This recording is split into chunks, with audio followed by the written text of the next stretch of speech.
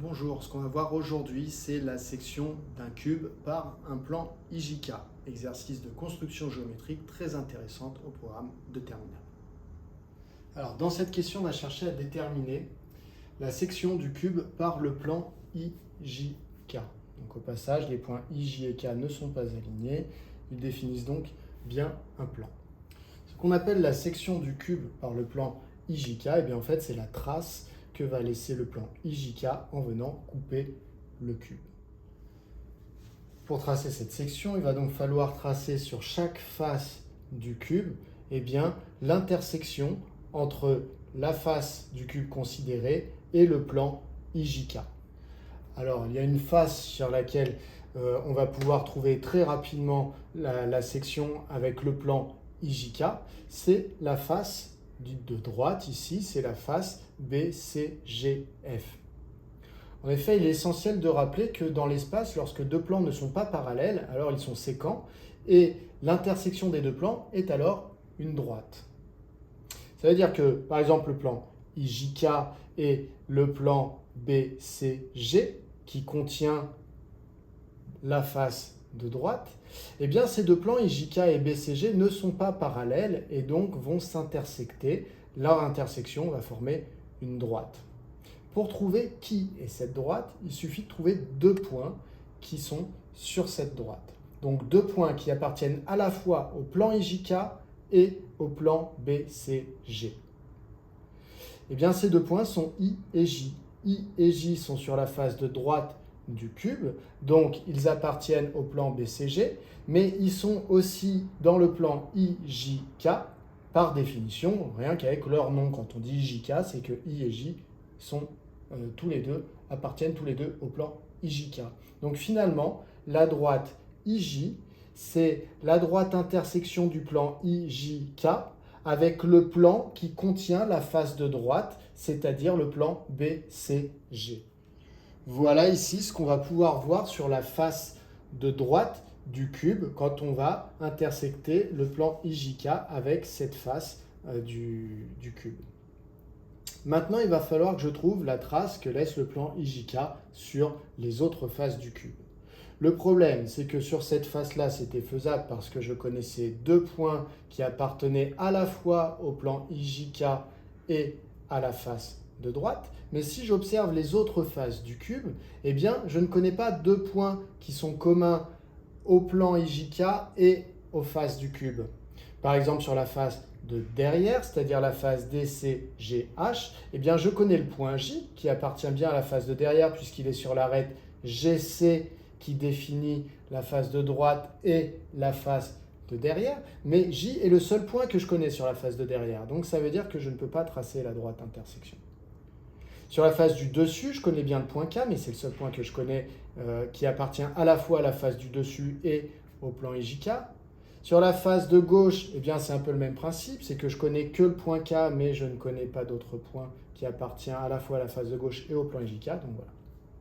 Il va falloir que je me débrouille pour trouver d'autres points qui appartiennent au plan qui contiennent les faces du cube. Alors, je m'aperçois quand même qu'en prolongeant ici IJ, c'est-à-dire en traçant la droite IJ, eh bien cette droite IJ est incluse dans le plan qui contient la face de droite du cube.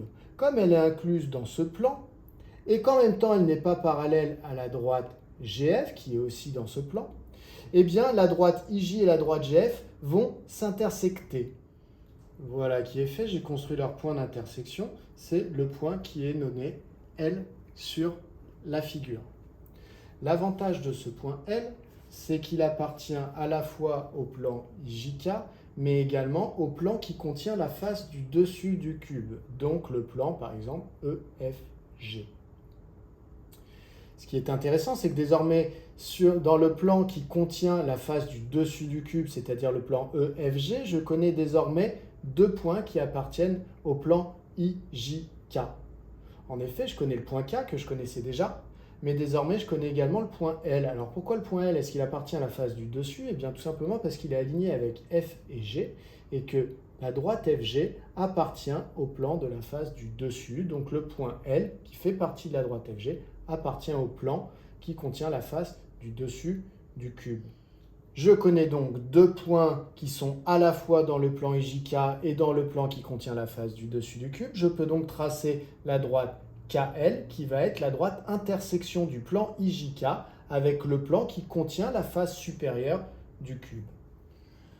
En traçant cette droite, j'en profite pour nommer le point d'intersection entre la droite LK et l'arête GH du cube, que je vais appeler le point M.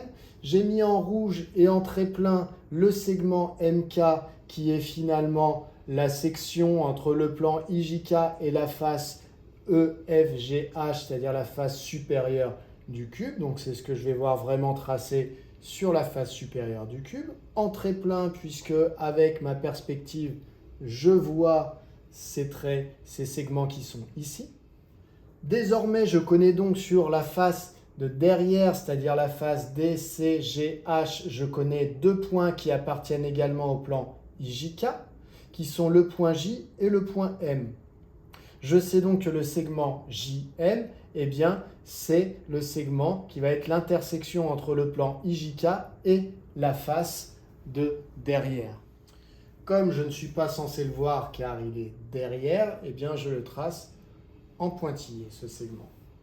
Quand j'en suis là, je pourrais me penser un petit peu bloqué puisque finalement, eh bien, sur les autres faces sur lesquelles je n'ai pas encore tracé la section, eh bien, je me retrouve avec un seul point qui appartient au plan IJK. Donc, il y a la face du dessous où je connais le point I, la face de gauche où je connais le point K, mais c'est tout. Donc, il va falloir que je prolonge encore des arêtes. Alors ici, par exemple, en prolongeant l'arête FE, eh bien, je vais pouvoir trouver le point d'intersection avec la droite LK. Alors, comment je suis sûr que ces droites se coupent et que ce n'est pas un simple effet d'optique? Eh bien, la droite LK est une droite qui appartient au plan qui contient la face supérieure du cube, et la droite FE aussi, puisque c'est une arête de la face supérieure du cube. Donc, on a deux droites qui sont coplanaires, qui sont la droite LK et la droite FE, et qui ne sont pas parallèles. Donc, elles vont se couper. Donc, le point d'intersection que je vais voir tracé ici, ce n'est pas un effet d'optique, les droites se coupent réellement. Je construis ce point que j'appelle N. Ensuite, ce point, eh bien, ce qu'il a d'important, c'est que comme il est sur la droite FE, eh bien, il est à la fois dans le plan qui contient la face supérieure du cube, mais aussi dans le plan de la face de devant, puisque la droite FE est l'intersection entre le plan qui contient la face du dessus et la face de devant. Donc, tous les points qui sont sur la droite FE appartiennent aux deux plans à la fois. Donc, N appartient au plan qui contient la face de devant. Il me faudrait trouver un autre point qui appartienne au plan qui contient la face de devant et qui appartiennent aussi au plan IJK. Pour cela, eh bien, je peux prolonger l'arête FB ici. L'arête FB, eh bien, si je la prolonge, donc la droite FB va venir couper la droite JI. Comment est-ce que je peux en être sûr et que ce n'est pas un simple effet d'optique? Eh bien, la droite IJ et la droite FB appartiennent toutes les deux au plan BCG, c'est-à-dire au plan qui contient la face de droite. Elles sont donc coplanaires, mais elles ne sont pas parallèles. Donc deux droites qui sont coplanaires mais non parallèles, je sais qu'elles sont séquentes. Donc le point que je vais construire ici, c'est un réel point d'intersection entre ces deux droites. Voilà qui est fait, on nomme ce point O. L'avantage désormais, c'est que le point O, tout comme le point N, ont des caractéristiques qui sont les suivantes. C'est qu'ils appartiennent tous les deux au plan qui contient la face de devant, mais ils appartiennent aussi tous les deux au plan IJK. Alors O appartient au plan IJK tout simplement parce qu'il est aligné avec I et J. Et N appartient au plan IJK, et bien tout simplement puisqu'il est aligné avec L et K, qui étaient aussi deux points du plan IJK. Donc N et O appartiennent au plan IJK, mais également au plan qui contient la face de devant. Donc ça veut dire que la droite NO, c'est la droite intersection du plan IJK avec le plan qui contient la face de devant. Je peux donc tracer cette droite NO. Je regarde la trace que ça laisse sur la face de devant du cube. Ça laisse la trace, le segment PQ.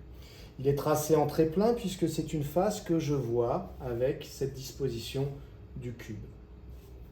Désormais, c'est quasiment fini, puisque finalement maintenant sur la face de gauche, c'est-à-dire la face ADHE, eh bien je connais désormais deux points qui sont P et K, qui appartiennent aussi au plan IJK. Donc je sais que l'intersection entre le plan IJK et le plan qui contient la face de gauche du cube, c'est la droite PK. Donc la trace qui est laissée par la section du plan IJK sur le cube, eh bien c'est le segment PK. Le segment PK, je ne le vois pas car il est sur la face de gauche, je vais donc le tracer en pointillé. Également sur la face du dessous, eh bien désormais je connais les points I et Q qui appartiennent non seulement à la face du dessous, c'est-à-dire la face ABCD, mais également au plan IJK. Donc le segment IQ, eh bien c'est le segment, c'est la trace que va laisser la section du plan sur ma face du bas. Donc je trace le segment IQ en pointillé, puisqu'il est en dessous, je ne suis pas censé le voir. Voilà qui vient conclure ce que laisse comme trace la section du cube par le plan IJK sur chacune des faces. Alors si on veut se représenter un petit peu mieux, on peut rajouter un petit peu de couleur à la surface de cet hexagone qui est tracé ici. Voilà, donc on se représente un petit peu mieux ce que c'est. On peut même maintenant, alors ça c'est ce qu'on doit voir sur votre copie avec les traits de construction. On peut même maintenant, si on a bien compris comment construire, qu'on a bien compris qu'il fallait laisser les traits de construction sur sa copie, eh bien on peut essayer de gommer un peu tout ça, histoire de voir ce que ça donne. Voilà, ça nous donne cet hexagone qui est ici représenté en rouge. Voilà, on en a fini. Si vous voulez vous entraîner davantage, n'hésitez pas. Vous tracez un cube sur votre feuille, vous placez 3 points sur les arêtes et c'est parti, vous essayez de tracer la section de cube. À bientôt.